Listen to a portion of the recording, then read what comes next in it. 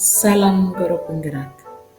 Perkenalkan, nama saya Resmalina Risdawati Sinaga, SPD, calon Guru Penggerak Angkatan 6 dari SMA Negeri 1 Buru, Kabupaten Karimun, Provinsi Kepulauan Riau. Di sini saya akan menjelaskan bagaimana koneksi antar materi, kesimpulan, dan refleksi modul 1.1. Berdasarkan filosofis Ki Hajar Dewantara, anak bukanlah sebuah kertas kosong. Mereka lahir dengan kekuatan kodrat. Kodrat yang masih samar, yang perlu ditebalkan.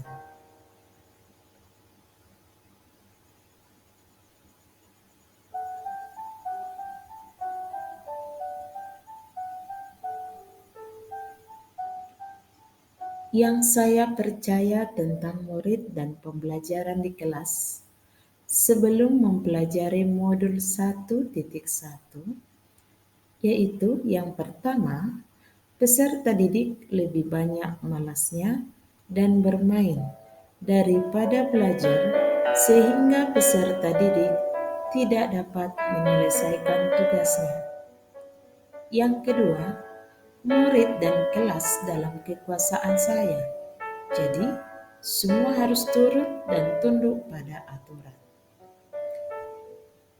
Yang ketiga, peserta didik harus pintar dan memahami semua materi seperti pemikiran saya. Yang keempat, pemberian sanksi berupa hukuman bagi peserta didik yang malas atau yang melanggar aturan adalah salah satu tindakan efektif untuk mengubah perilaku peserta didik karena sudah mendapatkan efek jerah.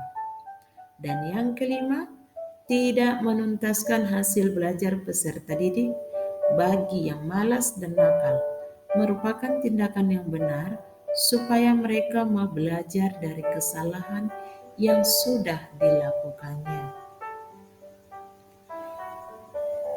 Demikianlah hasil pemikiran saya sebelum mempelajari modul 1.1. Akan tetapi setelah saya mempelajari modul 1.1, maka pemikiran saya berubah 180 derajat, di mana perubahan dari pemikiran atau perilaku saya setelah mempelajari modul 1.1, yang pertama, pembelajaran hendaknya berorientasi pada peserta didik atau yang disebut dengan student center dan berpihak pada siswa agar pembelajaran menjadi menyenangkan. Yang kedua, sebagai pendidik saya harus menuntun tumbuh kembangnya sesuai kodrat alam dan kodrat zaman. Seperti petani yang merawat benih-benih tanaman sesuai dengan kodrat budaya dan zaman, karakternya agar menghasilkan bibit unggul. Yang ketiga, sebagai pendidik saya semakin memahami makna pendidikan berhamba pada anak. Artinya, saya sebagai guru harus dapat mendengar dengan sabar, memahami semua karakter peserta didik, dan dengan sabar memfasilitasi kebutuhan belajarnya sesuai dengan karakternya yang unik. Tahukah kamu, sekolah adalah lahan pendidikan, bukan hanya tempat berlangsungnya pengajaran untuk mencapai target kurikulum, tetapi tempat berlangsungnya pendidikan menuntun, memfasilitasi, membimbing, dan membantu peserta didik untuk menebalkan garis-garis samar agar dapat memperbaiki lakunya dan menjadi manusia seutuhnya.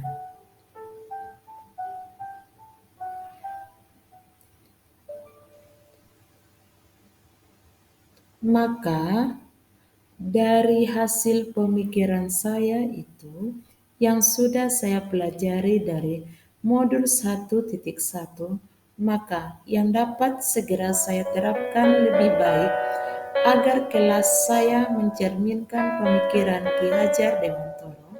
Yang pertama, saya akan membuat kesepakatan kelas dengan peserta didik sebelum melangsungkan pembelajaran.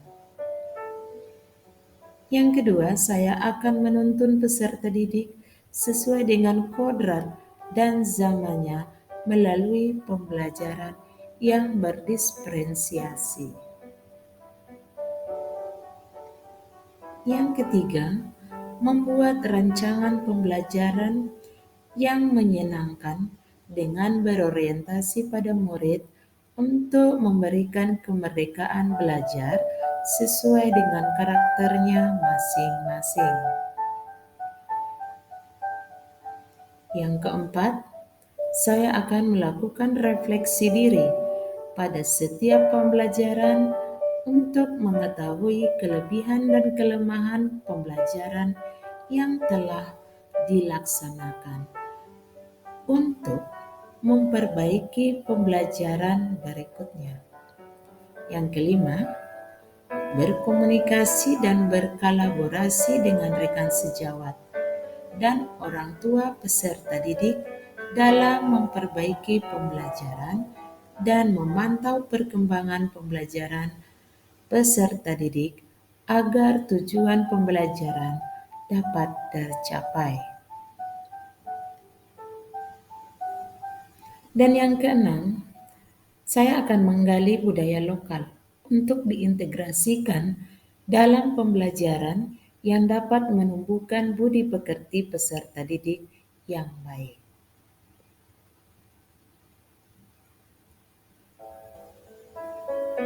Maka saya dapat simpulkan bahwa pendidikan adalah menuntun kekuatan kodrat anak.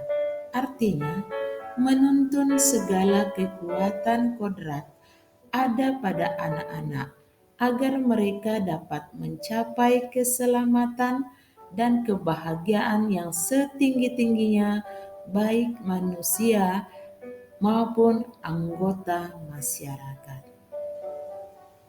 Demikianlah yang bisa saya uraikan mengenai refleksi pada modul 1.1. Terima kasih dan salam guru.